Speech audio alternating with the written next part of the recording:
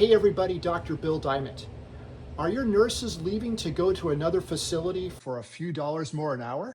I hear these stories every single week from nurses, charge nurses, hospital leadership. I think we know it doesn't need to be this way, and the cost for replacing a nurse is astronomical. To locate a new nurse, to hire, to onboard, to train them can be $61,000. We do know that 15 to 18% of the nurse workforce across the country, on average, leaves every single year. It's a crazy number. I have a program that works with teams to easily retain multiple nurses that would otherwise leave. And it's not rocket science. We don't necessarily call it a nurse retention program for obvious reasons, but we hit the pain points that your nurses are feeling. I grew up with a nurse. I know how hard my mom as a nurse worked. I have helped a lot of hospitals stem the flow of nurses that are leaving just for a few dollars more, only to find that maybe the grass isn't greener.